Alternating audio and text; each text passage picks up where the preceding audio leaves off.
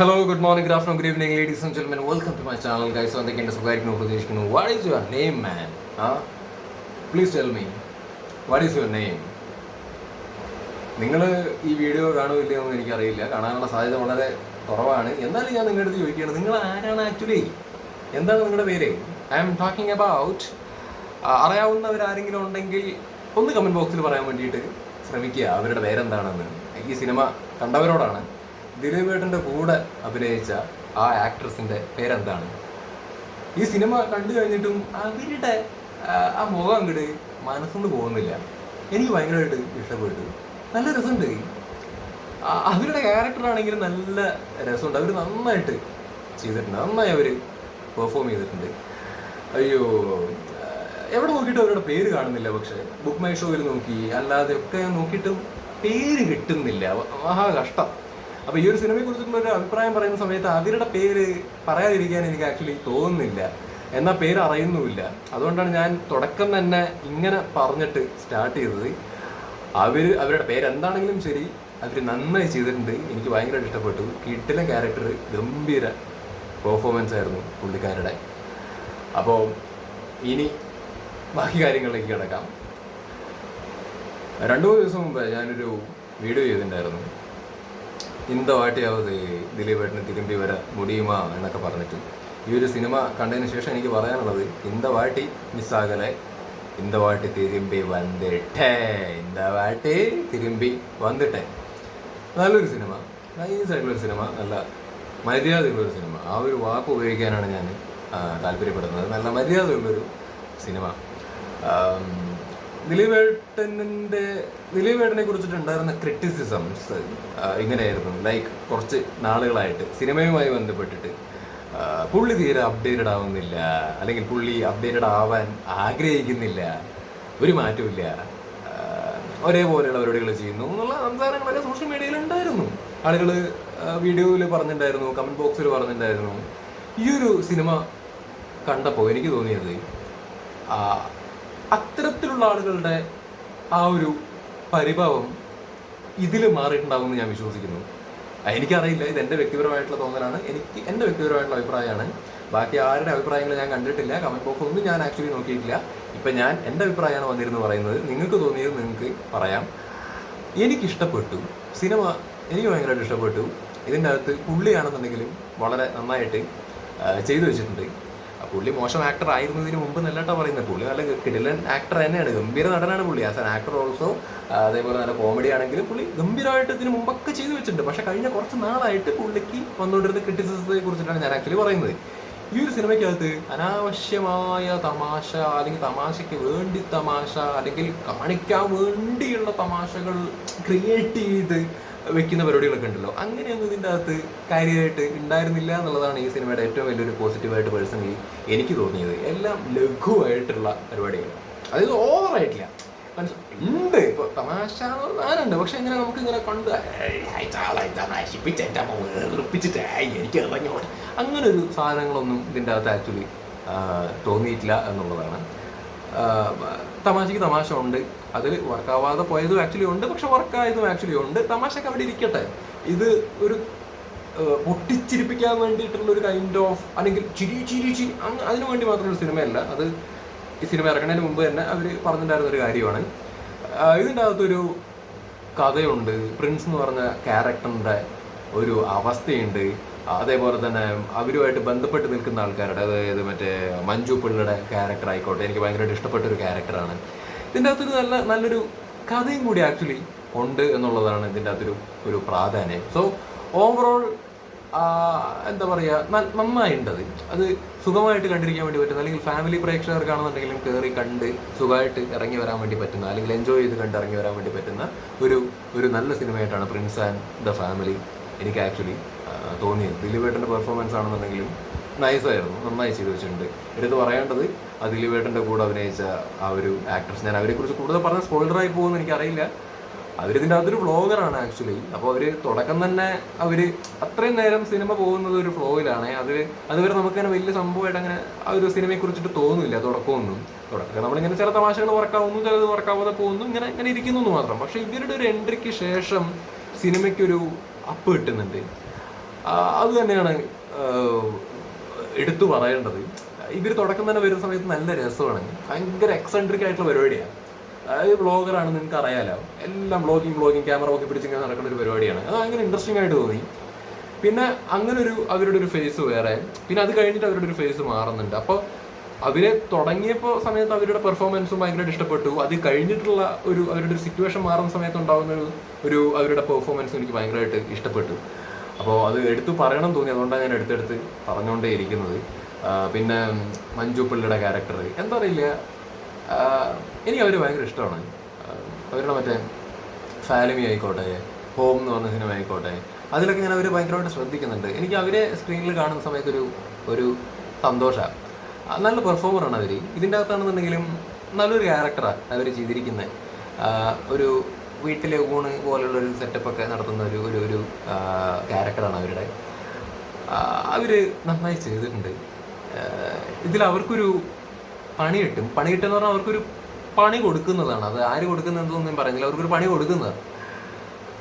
ആ സമയത്ത് ഉണ്ടാവുന്ന അത് നമുക്ക് ഫീലാവും ആക്ച്വലി, അവരുടെ സിറ്റുവേഷൻ ഓർത്തിട്ട്. നന്നായിട്ടുണ്ട്, നല്ലൊരു ക്യാരക്ടറാണ്. ഞാൻ കൂടുതലൊന്നും പറയുന്നില്ല. എല്ലാവരും എവരി വൺ. ഇപ്പോൾ ഇതിൽ മറ്റേ ജോയ് ആൻ്റണി അല്ലേ, യെസ്, ആ പുള്ളിക്കാരൻ ഒരു ക്യാരക്ടർ ചെയ്തിട്ടുണ്ട്. അത് നല്ലൊരു ക്യാരക്ടറായിരുന്നു, പുള്ളി നന്നായി ചെയ്തിട്ടുണ്ട്. പിന്നെ സിദ്ദിഖ് നല്ലൊരു ക്യാരക്ടർ ചെയ്തിട്ടുണ്ട്, രസമായിരുന്നു. പുള്ളിയുടെ അവിടെ ഇവിടെയൊക്കെ ചിരിക്കാനുള്ള പരിപാടികളൊക്കെ ഉണ്ട്. പിന്നെ ബിന്ദു പണിക്കർ നന്നായി ചെയ്തിട്ടുണ്ട്, എല്ലാവരും. പിന്നെ ധ്യാൻ ശ്രീനിവാസൻ ഇതിൻ്റെ അകത്തൊരു ക്യാരക്ടർ ചെയ്തിട്ടുണ്ട്. അധികമൊന്നുമില്ല, ഉള്ളത് പുള്ളി മര്യാദയ്ക്ക് ചെയ്തു വെച്ചിട്ട് പോയിട്ടുണ്ട്. അപ്പോൾ ഇതാണ് ഈ ഒരു സിനിമയെ കുറിച്ചിട്ട് പറയാനുള്ളത്. പ്രിൻസ് ആൻഡ് ദ ഫാമിലി കൊള്ളാവുന്നൊരു സിനിമ, നല്ല ഡീസൻ്റ് ആയിട്ടുള്ള നൈസായിട്ടുള്ളൊരു സിനിമ, കണ്ടിരിക്കാൻ വേണ്ടി പറ്റുന്നൊരു സിനിമയാണ്. ഫാമിലിക്ക് ധൈര്യമായിട്ട് ടിക്കറ്റ് എടുക്കാം എന്നാണ് പറയാനുള്ളത്. പിന്നെ ആരും ഇത് ഭയങ്കരമായിട്ട് എക്സ്പെക്ട് ചെയ്തിട്ട് പോരുത് കേട്ടോ. ഞാനിത് നല്ലൊരു സിനിമയായിരിക്കും എന്നുള്ളൊരു പ്രതീക്ഷയിൽ, ചെറിയൊരു പ്രതീക്ഷ വെച്ചിട്ട് മാത്രമാണ് പോയത്. ഭയങ്കരമായിട്ടുള്ള സാധനം വെച്ചിട്ടല്ല ഞാൻ പോയത്. എനിക്ക് സാറ്റിസ്ഫാക്ഷൻ ആക്ച്വലി കിട്ടി. അതേപോലെ തന്നെ ഇത് ഒരു ടു കൺട്രീസ് പോലത്തെ ഒരു സിനിമയല്ല, മൈ ബോസ് പോലൊരു സിനിമയല്ല, അല്ലെങ്കിൽ കുട്ടുകുട്ടാൻ ചിരിപ്പിക്കുന്ന കൈൻഡ് ഓഫ് അങ്ങനെയുള്ള സ്റ്റഫൊന്നും അല്ല. തമാശ ഇതിൻ്റെ ഒരു ഭാഗം മാത്രമാണ്. ഇതിൻ്റെ അകത്തൊരു കഥയുണ്ട്, അല്ലെങ്കിൽ പ്രിൻസ് എന്ന് പറഞ്ഞ ആ ഒരു ക്യാരക്ടറിൻ്റെ ഒരു അവസ്ഥ, അല്ലെങ്കിൽ അയാൾ സഞ്ചരിക്കുന്ന ഒരു സംഭവം, അതൊക്കെയാണ് ഈ ഒരു സിനിമയ്ക്കകത്ത് ഇങ്ങനെ കാണിച്ച് ആക്ച്വലി പോകുന്നത്. സോ അത് മനസ്സിൽ വെച്ചിട്ട് വേണം നിങ്ങൾ പോകാൻ, അല്ലാതെ നിങ്ങൾ ഓവർ തമാശ എന്നൊന്നും പറഞ്ഞിട്ട് നിങ്ങൾ പോകരുത്, അങ്ങനെയല്ല. അപ്പോൾ ഇത്രേ പറയാനുള്ളൂ. അപ്പോൾ ദിലീപേട്ടൻ ഈസ് ബാക്ക്. പിന്നെ പുള്ളി ഇങ്ങനെയൊക്കെയുള്ള സിനിമകൾ ചെയ്തു പോകുന്നതാണ് നല്ലത്, അല്ലാതെ വെറുതെ. ഞാൻ പറഞ്ഞിട്ടുണ്ടായിരുന്നു 2-3 ദിവസം മുമ്പ് ചെയ്ത വീഡിയോൻ്റെ അത് ഞാൻ പറഞ്ഞിട്ടുണ്ടായിരുന്നു, പുള്ളി അഭിനയിക്കാൻ അറിയാത്ത ടച്ച് വിട്ടുപോയ നടനൊന്നുമല്ലല്ലോ. അഭിനയിക്കാൻ നല്ല കഴിവുണ്ട്, കോമഡി നന്നായി ചെയ്യുന്നുണ്ട്.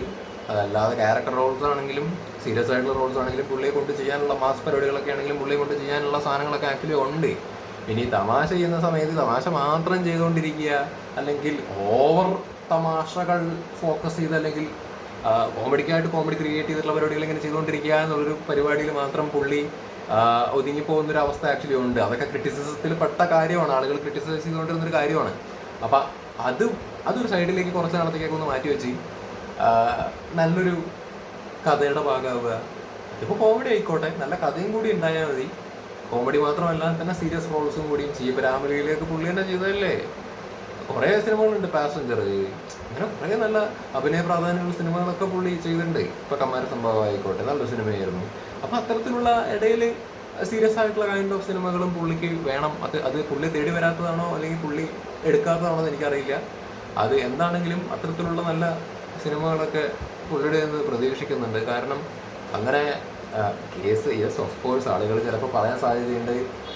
കമൻറ്റ് ബോക്സിൽ ആർക്കും അറിയാത്ത കാര്യമൊന്നുമല്ല, എല്ലാവർക്കും അറിയാവുന്ന കാര്യം തന്നെയാണ്. ഇപ്പോൾ നമ്മൾ പോസിറ്റീവ് പറയുന്ന സമയത്ത് നിങ്ങൾ പുള്ളീനെ വൈറ്റ് വാഷ് ചെയ്യുകയാണോ, ഗ്ലോറിഫൈ ചെയ്യുകയാണോ, അയാളുടെ കേസ് അറിയില്ലേ എന്നൊക്കെ പറഞ്ഞുകൊണ്ട് വരും.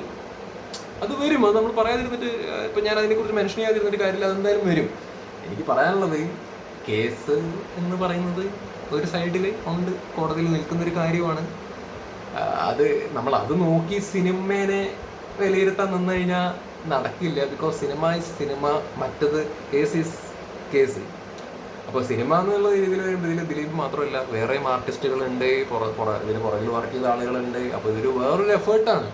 അപ്പോൾ നമ്മൾ സിനിമയെ അപ്രോച്ച് ചെയ്യുന്ന സമയത്ത് ഇതൊരു സിനിമ എന്നുള്ള രീതിയിൽ മാത്രമേ അപ്രോച്ച് ചെയ്യാൻ വേണ്ടിയിട്ട് പാടുള്ളൂ. ദിലീപ് എന്നുള്ള രീതിയിൽ നോക്കുകയാണെങ്കിൽ ആക്ടർ എന്നുള്ള രീതിയിൽ മാത്രമേ നമ്മൾ അപ്രോച്ച് ചെയ്യാൻ വേണ്ടിയിട്ട് പാടുള്ളൂ. നമ്മളത് അങ്ങനെ അങ്ങനെ അപ്രോച്ച് ചെയ്യുക. കേസ് വരട്ടെ, തെളിയട്ടെ, അത് ആ രീതിക്ക് നടക്കട്ടെ. അത് അവിടെ വെർഡിക്റ്റ് വരുന്നവരെ വെയിറ്റ് ചെയ്യുക എന്നുള്ളത് മാത്രമേ പറയാനുള്ളൂ.